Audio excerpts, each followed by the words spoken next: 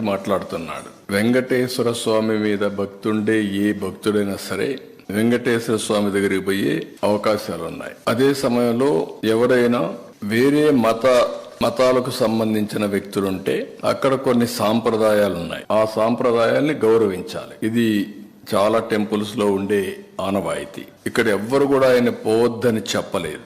ర్యాలీలు జన సమీకరణలు చేయొద్దని చెప్పాం. ఇటీవల తిరుమల తిరుపతి దేవస్థానంలో జరిగినటువంటి పరిణామాల వల్ల భక్తుల మనోభావాలు దెబ్బతిన్నాయి. ఎప్పుడైతే భక్తుల మనోభావాలు దెబ్బతిన్నాయో భక్తులందరూ కూడా ఆందోళనలో ఉన్నారు. ఆందోళన ఉన్నప్పుడు భక్తులందరూ కలిసి ఒక పక్క ఆర్గనైజేషన్ చేసి రాజకీయ పార్టీ ఈయన పోయినప్పుడు కొన్ని వేల మందిని మేము కూడా మొబిలైజ్ చేస్తామని లోకల్ గా ఇన్ఫర్మేషన్ ఇచ్చారు. ఆటోమేటిక్ గా ఎలాంటి అవాంఛనీయ సంఘటనలు జరగకూడదనే ఉద్దేశంతో అక్కడ యాక్ట్ ఆఫ్ 30 అంటే 10 మంది గుమ్ముకూడకూడదని తీసుకొచ్చారు. అయితే ఇప్పుడు ఆయన మాట్లాడేది చూస్తే ఆయనకి ఏ సాకులు ఉన్నాయో నాకు తెలియదు పోకుండా ఉండడానికి. కానీ ఆయన ఏదో నిలిపేశారు, నోటీస్ ఇచ్చారని మాట్లాడుతున్నారు. Can you show any notice? నేను స్ట్రైట్ గా అడుగుతాను, నీకు నోటీసులు ఏమైనా ఇచ్చారా? నిన్ను వెళ్ళవద్దని ఎవరన్నా చెప్పారా? ఇస్తే చూపేయండి మీడియాకి. ఎందుకు అబద్ధాలు ప్రచారం చేస్తూ ప్రజల్ని మభ్యపెడుతూ ఇష్టానుసారంగా ప్రవర్తించడం ఇది సబబు కాదని.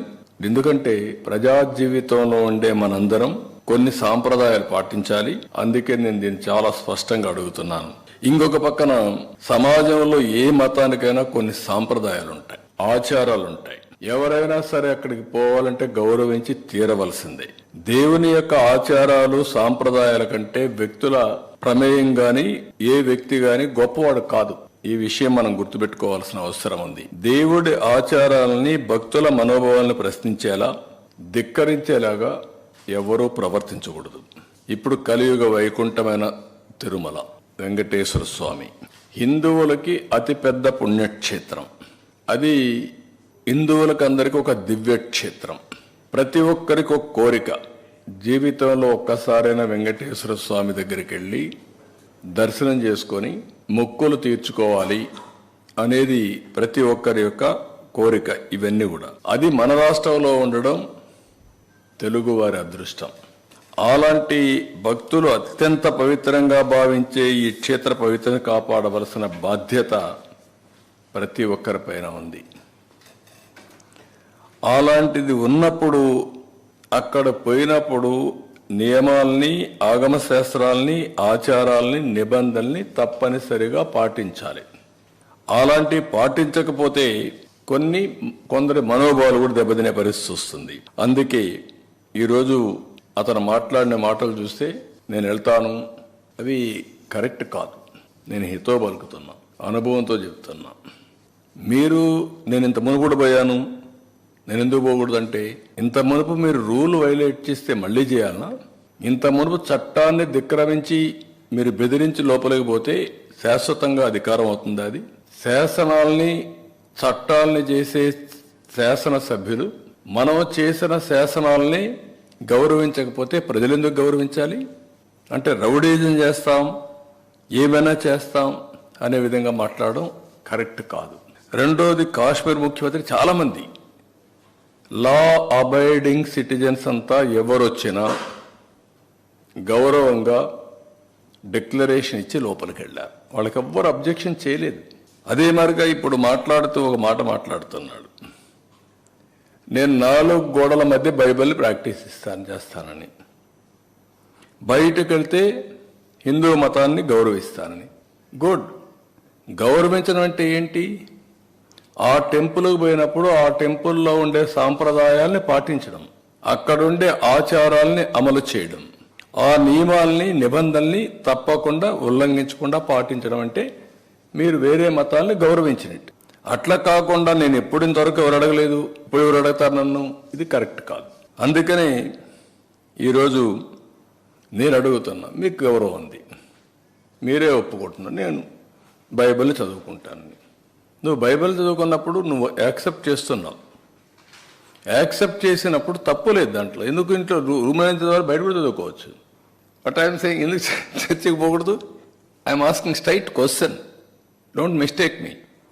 రాష్ట్రంలో ఉండే ప్రజలందరూ ఆలోచించాలి. నేను ఇందోని వెంకటేశ్వర స్వామి దగ్గరికి పోతాను, నేను ఓపెన్గానే పూజలు చేస్తాను. అదే మరి చర్చికి పోతాను, వాళ్ళ నియమాల్ని నిబంధనల్ని పాటిస్తాను. మసీదుకు పోతాను, వాళ్ళని గౌరవిస్తాను. మత సామరస్యాన్ని కాపాడుతాం, సొంత మతాన్ని ఆచరిస్తాం. There is nothing wrong in it. Why should we hide? ఎందుకు దాచిపెట్టుకోవాల్సి? నేను లోపల ఎందుకు చదవాలి? You can read outside, nothing wrong. నేను తప్పుపట్టడం లేదు. కానీ లోపల మాత్రం చేస్తాను, బయట మాత్రం చేయను, నాది మానవత్వం అని మాట్లాడుతున్నాను. నేను మానవత్వం ఏంటి? మత సామరస్యాన్ని కాపాడడం మానవత్వం కాదు. మీరేమంటున్నారు? నేను ఎప్పుడో చెప్పాను పాబ్లో ఎస్కోబార్ అని. ఆ లీలల వల్ల, చేసిన అరాచకాల వల్ల ఒక్కొక్కటే బయట వస్తూ ఉంటే ఇవి కూడా జరుగుతాయా అని మీకు ఆశ్చర్యం లేదు? కంపేర్ చేసుకోండి. ఎస్కోబార్కి ఇది డిఫరెన్సెస్. ఈ మధ్య జరిగినటువంటి ఆల్ సంఘటనలు, ఇంకా జరగబోయే సంఘటన కూడా మీరు చూసుకుంటే అవే జరుగుతున్నాయి.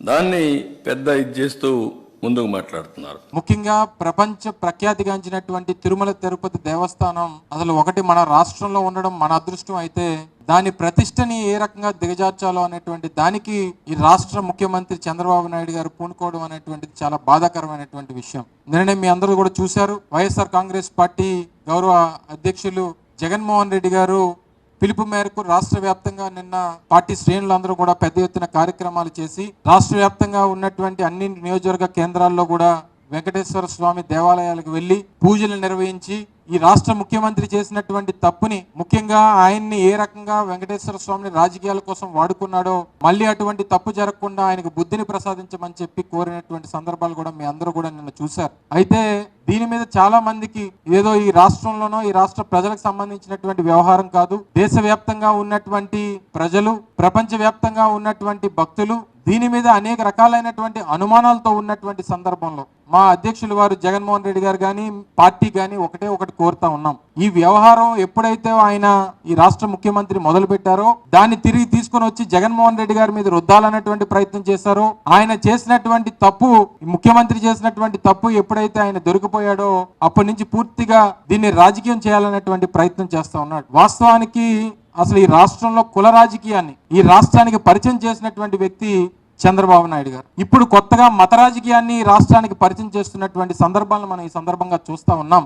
సెక్యులర్ దేశంలో ఉన్నాం, ప్రపంచంలోనే అతిపెద్ద ప్రజాస్వామ్యం కలిగినటువంటి దేశంలో ఉన్నాం. అన్ని కులాలు, అన్ని మతాలు, అన్ని ప్రాంతాలు ఒకటే సమానం అని చెప్పి ఆలోచనలు కలిగినటువంటి దేశంలో ఉన్నాం. కానీ ఈ రోజు మత రాజకీయానికి పునాదులు వేసి రాష్ట్రంలో మతాల మధ్య చిచ్చు పెట్టేటువంటి కార్యక్రమం ఏ రకంగా చేస్తా ఉన్నారో గడిచినటువంటి 10 రోజులుగా మనం చూస్తా ఉన్నాం. దేనికోసం ఇదంతా అని అడుగుతా ఉన్నాం. ముఖ్యంగా గడిచినటువంటి 100 రోజులుగా వారి తాలూకా ఫెయిల్యూర్స్ ని కప్పుపుచ్చుకోవడానికి, ఎన్నికల ముందు ఇచ్చినటువంటి ఏ ఒక్క హామీని నిలబెట్టుకోకపోగా, చెప్పినటువంటి కార్యక్రమాలు ఏమి చేయకపోగా, నిస్సహాయ స్థితిలో ఏమి చేయాలో తోచనటువంటి పరిస్థితుల్లో చివరికి దేవుని కూడా రాజకీయాల్లోకి తీసుకొచ్చినటువంటి వ్యక్తి చంద్రబాబు నాయుడు గారు అని చెప్పి సందర్భంగా చెప్పక తప్పదు. ఎన్ని అంశాలండి ప్రభుత్వంలో వారు అధికారంలోకి వచ్చినటువంటి రోజు నుంచి అధికారంలోకి రావడమే ఏ రకంగా రాష్ట్రంలో విధ్వంసం సృష్టించారో మనం చూసాం. రాష్ట్రంలో వైఎస్ఆర్ కాంగ్రెస్ పార్టీకి సంబంధించినటువంటి కార్యకర్తల్ని ఎంతమందిని పొట్టన పెట్టుకున్నారో చూసాం. వినుకొండలో నడి రోడ్డు మీద మా వైఎస్ఆర్ కాంగ్రెస్ పార్టీ కార్యకర్తని అత్యంత అమానుషంగా నరికి చంపినటువంటి విజువల్స్ చూసాం.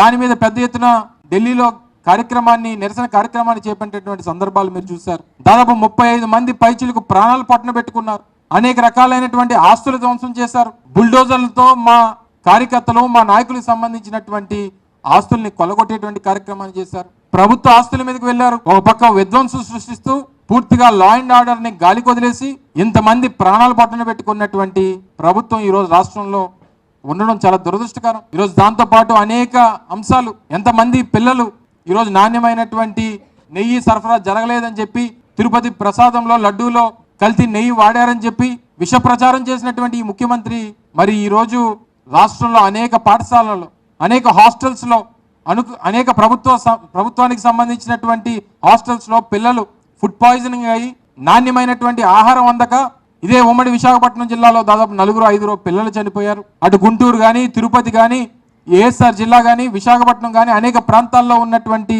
ప్రభుత్వానికి సంబంధించినటువంటి పాఠశాలల్లో పిల్లలు ఏ రకమైనటువంటి స్థితిలో ఉన్నారో, ఏ రకమైనటువంటి అన్యాయంగా వారిని పొట్టన పెట్టుకునేటువంటి కార్యక్రమం చేశారో మనం చూసాం. మన విశాఖపట్నంలో ఉన్నటువంటి steel plant steel plant privatization కి సంబంధించినటువంటి ఉద్యమం జరుగుతూ ఉంటే దాన్ని ఏ రకంగా డైవర్ట్ చేయాలి, దాని నుంచి ప్రజల్ని తాలూకా ఇది ఎలా డైవర్ట్ చేయాలనేటువంటి దాని మీద వీరి ఆలోచనలు. మొన్న రాత్రి దాదాపు 4,000 మందికి మీరు ఇంకా రేపు నుంచి కాంట్రాక్ట్ వర్కర్స్ కి మీరు ఇంకా రేపు నుంచి రావక్కర్లేదని చెప్పి 4,000 మందికి ఆర్డర్లు ఇస్తే వారి తాలూకా గేట్ పాస్లు క్యాన్సిల్ చేస్తే పెద్ద ఎత్తున నిన్న తెల్లవారుజాము నుంచి ఉద్యమం జరిగితే మళ్ళీ అప్పటికప్పుడు టెంపరీ పాస్లు ఇచ్చి అలౌ చేశారు. అంటే వీటన్నిటినీ ఎలాగా ఏమార్చాలి, ప్రజల తాలూకా దృష్టిని ఏ రకంగా మరల్చాలి, ఈ పెద్ద ఇష్యూస్ని అన్నిటిని కూడా ఏ రకంగా మనం తప్పించుకోవాలి, దీని మీద ఉన్నటువంటి శ్రద్ధ ప్రభుత్వాన్ని నడిపేటువంటి దాని మీద, ప్రజలకు మంచి చేసేటువంటి దాని మీద, రాష్ట్రానికి మంచి జరగాల్సినటువంటి కార్యక్రమాల మీద చూపించకపోవడం అనేటువంటి చాలా దురదృష్టకరం. నిన్ననే జరిగినటువంటి కార్యక్రమంలో కూడా మాట్లాడినప్పుడు చెప్పడం జరిగింది, చంద్రబాబు నాయుడు అనేటువంటి వ్యక్తి ఒక పొలిటికల్ జాదు చంద్రబాబు నాయుడు గారు అనేటువంటి విషయాన్ని ఈ సందర్భంగా తెలియజేస్తా ఉన్నాం మరొకసారి.